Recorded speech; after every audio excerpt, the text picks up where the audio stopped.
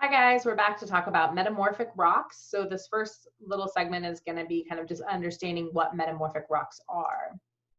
So we're going to share my screen, and my PowerPoint isn't working on my computer right now. So we're going to look at this as a PDF. So it'll be look a little bit different than normal, but should cover the same basic stuff. Okay, so when we think about what rocks are, we are looking at this through a scientific lens, which is what we talked about at the beginning of the semester. And you may remember at the beginning of the semester that we talked about important principles that guide our understanding of science and science knowledge. And we talked about things like empiricism, that we must base our understanding of science on measured and observed things in the environment. And another principle that we mentioned at that time is called uniformitarianism. And you may remember that uniformitarianism is this idea that processes, basic physical processes in the environment, operate the same all through time. So the same way that erosion works today, it worked in the past and it'll work in the future. The same way that gravity works today, it works in the past and it will work in the future. And so if we look and observe processes and measure processes occurring in our environment today, we can interpret that that's how the environment was changing in past conditions. And so sometimes this is simply put as the present is the key to the past. And so when geologists were first starting to classify and observe rocks, it was relatively easy for them to understand igneous rocks because they could see volcanoes happen, they could see rocks forming. And it was relatively easy for them to understand sedimentary rocks because they could see sediments forming, they could see sediments moving and be deposited and precipitating out of solution. But this idea of metamorphic rocks, this third group of rocks, was a little bit more nebulous. And it was James Hutton, who was one of the kind of early scientific geologists. He was Scottish and he lived in that part of the world. And he was kind of a gentleman, landowner, farmer, as many kind of learned people were at that period of time. And he made lots of observations about rocks around him. And he observed that there was this group of rocks, which he described as a mass of matter which had evidently formed originally in an ordinary manner, but which is now extremely distorted in structure and variously changed in its composition. So it was kind of this other group of rocks that weren't ordinarily formed as igneous rocks and sedimentary rocks are formed, but then have become distorted and changed. And we now understand and classify this group of rocks as these metamorphic rocks that change as a result of exposure to heat and pressure.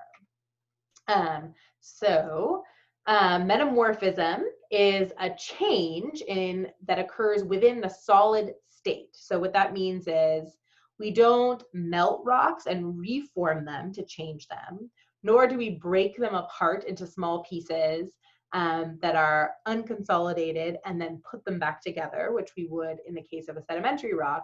But instead, we still have changes that are occurring, but these changes occur, as I just mentioned, without melting, without weathering, as a result of exposure to heat and pressure, and they take thousands of millions of years to occur. But this is part of the potential processing within this kind of rock cycle concept that we've talked about in the past.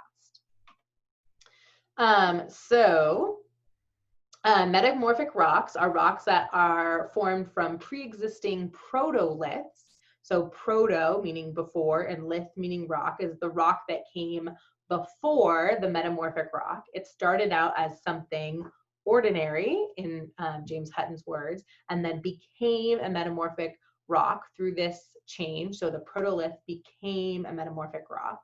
The changes are varied depending on the type of metamorphic rock, but they are mineralogical. So new minerals actually grow within the rock that we may not have seen before.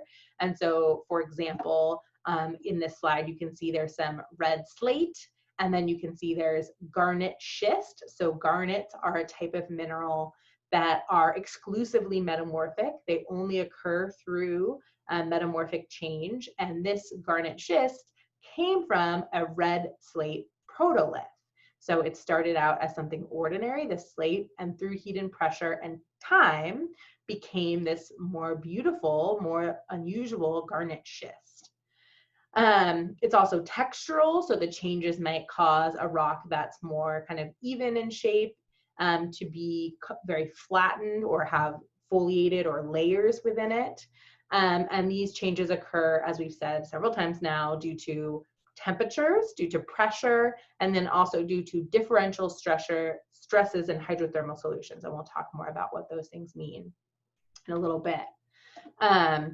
Okay, so we can recognize a metamorphic rock by a few different modes.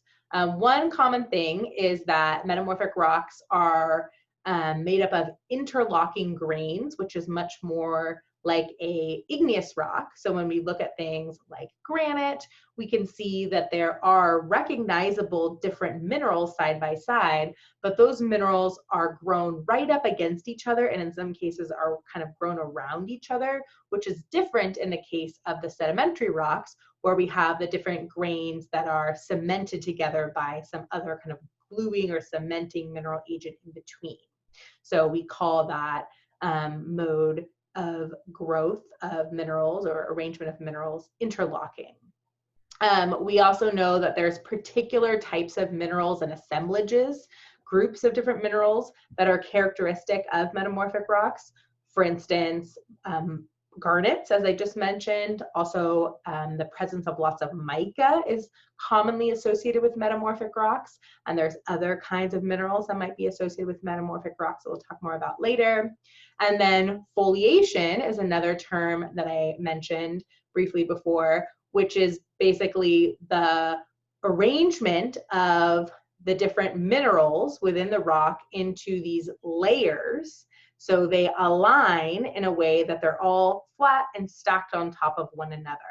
And these layers that we see in a rock, like this gneiss down at the bottom, spelled G-N-E-I-S-S, which might not look like nice to you, but that's how it's pronounced, or slate that most of us are familiar with. And in this bottom piece is forming a roof in Nepal because it's so nicely foliated or aligned along this platy mineral orientation. And this platiness and this foliation, as we'll talk about later, is not necessarily a resemblance or a holdover from the arrangement of the original layers of some sort of sedimentary rock, but instead is formed from the pressure that was applied to these layers that forced all the different elongated minerals to line up together.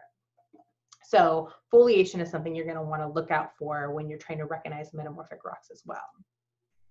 So for example, on the right, this is a microscopic image of a non-foliated rock where minerals are arranged of different shapes and in different orientations. And then over on the right, we can see this polarized light image of foliated minerals where all these kind of elongated minerals are lined up together in the same way. So you can imagine if you had like a bunch of pens or pencils and you picked them up, or papers, and then you kind of like pushed them together, shook them together so that they were all lined up the same way. That's kind of what happens in the environment that creates this foliation. Okay, so that's a good stopping point.